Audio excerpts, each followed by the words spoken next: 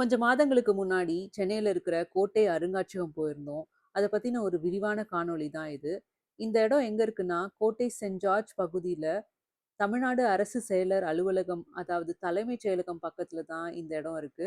தலைமைச் செயலகமும், இந்த கோட்டை அருங்காட்சியகமும் ஒரே வளாகத்துக்குள்ள தான் இருக்கு. நீங்க உள்ள போக அடையாள அட்டைய காட்டணும். ஆதார் அட்டை எடுத்துட்டு போனீங்கன்னா நல்லது. இந்த அருங்காட்சியகத்துக்கு நுழைவு கட்டணம் ரூ. 20. இந்த பரிசோதனை எல்லாம் முடிச்சுட்டு உள்ள வந்தீங்கன்னா, தலைமைச் செயலகத்துக்கு அப்படியே வலது புறத்துல தான் இந்த அருங்காட்சியகம் அமைஞ்சிருக்கு. இந்த கோட்டை வந்து 1244ல பிரிட்டிஷ் ஈஸ்ட் இந்தியா கம்பெனியால கட்டப்பட்டது. இது ஆங்கிலேயர்கள் இந்தியாவுல கட்டின முதல் கோட்டைன்னு சொல்றாங்க. இந்த அருங்காட்சியகத்த பத்தி சொல்லணும்னா, 16ஆம் நூற்றாண்டிலிருந்து, அதாவது கிழக்கிந்திய கம்பெனி இந்தியாவுக்கு வந்ததிலிருந்து, இந்தியா சுதந்திரம் அடைஞ்சது வரைக்கும், என்னென்ன மாதிரியான மாற்றங்கள் வெவ்வேறு துறைகள்ல ஏற்பட்டதுன்னு நாம தெரிஞ்சுக்கவும், அந்த காலகட்டத்துல இருந்த அதிகாரிகளும், வீரர்களும், அரசர்களும் பயன்படுத்தின பல பொருட்கள நாம பார்க்கவும், இந்த அருங்காட்சியகம் ரொம்ப உதவியா இருக்கு. நாம உள்ள நுழைஞ்ச உடனே சில அதிகாரிகளோட உருவ சிலைகளையும், மார்பளவு சிலைகளையும் நம்மளால பார்க்க முடியும். இவங்கலாம் யாருன்னா, ஆங்கிலேயர்கள் காலத்துல இங்க இந்தியாவ ஆட்சி செஞ்ச சில தலைமை ஆளுநர்கள், அதுக்கப்புறம் முக்கியமான அதிகாரிகள். இவங்களோட சிலைகள் எல்லாம் நம்மளால பார்க்க முடியுது. இந்த சிலைகளுக்கு அப்புறம் ஆம்ஸ்டர்டர் கூண்டுன்னு ஒண்ணு இருந்தது. இது பார்க்கறதுக்கு ஒரு மரக்கூண்டு மாரி இருந்தது. இதுல என்ன போட்டிருக்குன்னா, பிலிப் ஆம்ஸ்டர்டர்ங்கிற ஒரு பிரிட்டிஷ் அதிகாரி வந்து 1840ஆம் ஆண்டு சீனர்களோட நடந்த போர்ல அவர 5 மாசம் இந்த கூண்டுல அடைச்சு வச்சிருந்தாங்கன்னு இதுல போட்டிருக்கு. ஆங்கிலேயர்கள் பயன்படுத்தின பல ஆயுதங்கள இங்க காட்சிப்படுத்தியிருந்தாங்க. முக்கியமா துப்பாக்கிகள்.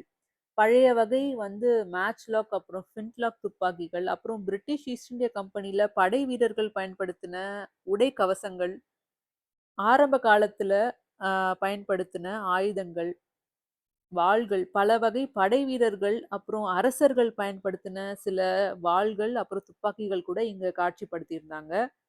இந்த ஆயுதங்கள் மட்டும் இல்ல, அந்த காலத்துல ஆங்கிலேயர்கள் பயன்படுத்தின பீரங்கிகள், பெரிய வகை பீரங்கிகள், அப்புறம் சிறிய வகை பீரங்கிகள். இந்த வகை பீரங்கிகள்லாம் வந்து 2லிருந்து 5 கிலோமீட்டர் வரை தாக்கக்கூடியதுன்னு இங்க போட்டிருக்காங்க. அப்புறம் அந்த பீரங்கிகள்ல பயன்படுத்துற குண்டுகள் கூட இங்க காட்சிப்படுத்தியிருந்தாங்க. இந்த கோட்டையில பயன்படுத்தின ஒரு வகை பூட்டு வந்து இங்க வச்சிருந்தாங்க. அப்புறம் அந்த படை வீரர்கள் பயன்படுத்தின உடை, அப்புறம் அவங்களோட பதக்கங்கள வந்து இங்க காட்சிப்படுத்தியிருந்தாங்க. அந்த படை வீரர்கள் என்ன மாரியான உடை அணிஞ்சிருந்தாங்கன்னு சில சிலைகள்ல வந்து நம்மளால பார்க்க முடியுது. இதுவரைக்கும் நாம முதல் தளத்துல இருந்தோம். 2ஆம் தளத்துல நெறைய நாணயங்கள் பத்தி போட்டிருந்தாங்க. இப்போ நீங்க பார்க்கறது என்னோட கணவர் ரொம்ப காலமா சேகரிச்சு வச்சிருந்த, அ இந்திய அரசாங்கம் பல்வேறு காலகட்டங்கள்ல வெளியிட்ட நாணயங்கள். இந்த மாரி நாணயம் சேகரிக்கும் பழக்கம் உங்களுக்கு இருந்துச்சுன்னா, இந்த தளத்துல பக்கடான்னு சொல்லப்படுற தங்க நாணயத்திலிருந்து தப்பு துட்டுன்னு சொல்ற செம்பு நாணயம், ஆற்காடு மின்ட் நாணயம், அப்புறம் அரை, கால் செம்பு அணாக்கள், ஆங்கிலேயர்களோட முகம் பொறிக்கப்பட்ட நாணயங்கள், இந்தோ பிரெஞ்ச், இந்தோ தானிஷ், அப்புறம் இந்தோ போர்ச்சுகீசிய நாணயங்கள் கூட உங்களால இங்க பார்க்க முடியும். அப்போ திப்பு சுல்தான் காலத்துல பயன்படுத்தப்பட்ட நாணயங்கள் கூட இங்க காட்சிப்படுத்தியிருக்காங்க.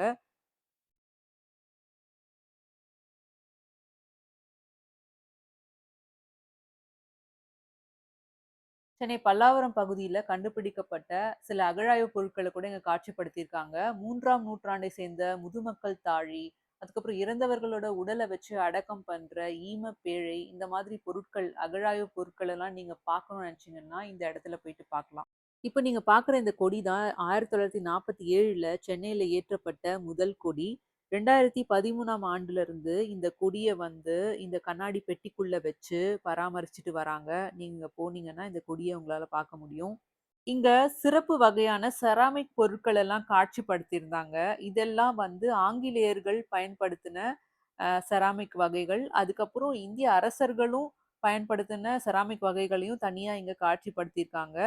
இதுல ஆங்கிலேயர்கள் பயன்படுத்தின செராமிக் பொருட்கள்ல வந்து கிழக்கிந்திய கம்பெனியோட சின்னம் வந்து அச்சிடப்பட்டிருக்கும் அப்படின்னு சொல்றாங்க. அதுக்கப்புறம் இந்த சில அச்சு பொருட்களும் நம்மளால பார்க்க முடியுது. அதுக்கப்புறம் ஒரு அரங்கம் முழுக்க ஆங்கிலேயர்கள் அ பயன்படுத்தின சில ஓவியங்கள் கூட இங்க வச்சிருக்காங்க. அரசர்களோட புகைப்படங்கள ஓவியங்களா வச்சிருக்காங்க. அப்புறம் ஆங்கிலேயர்களோட புகைப்படங்கள ஓவியங்களா இங்க வரைஞ்சு வச்சிருக்காங்க. மொத்தத்துல இந்த அருங்காட்சியகத்த விட்டு வெளில வரும்போது, ஒரு காலப்பயணம் செஞ்ச மாதிரியான ஒரு அனுபவம் நம்மளுக்கு கிடைச்சது. இந்த காணொளி உங்களுக்கு பிடிச்சிருந்தா லைக் பண்ணுங்க. இந்த மாதிரி காணொளிகள பார்க்கறதுக்கு என்னோட சேனல சப்ஸ்கிரைப் பண்ணுங்க. நன்றி, வணக்கம்.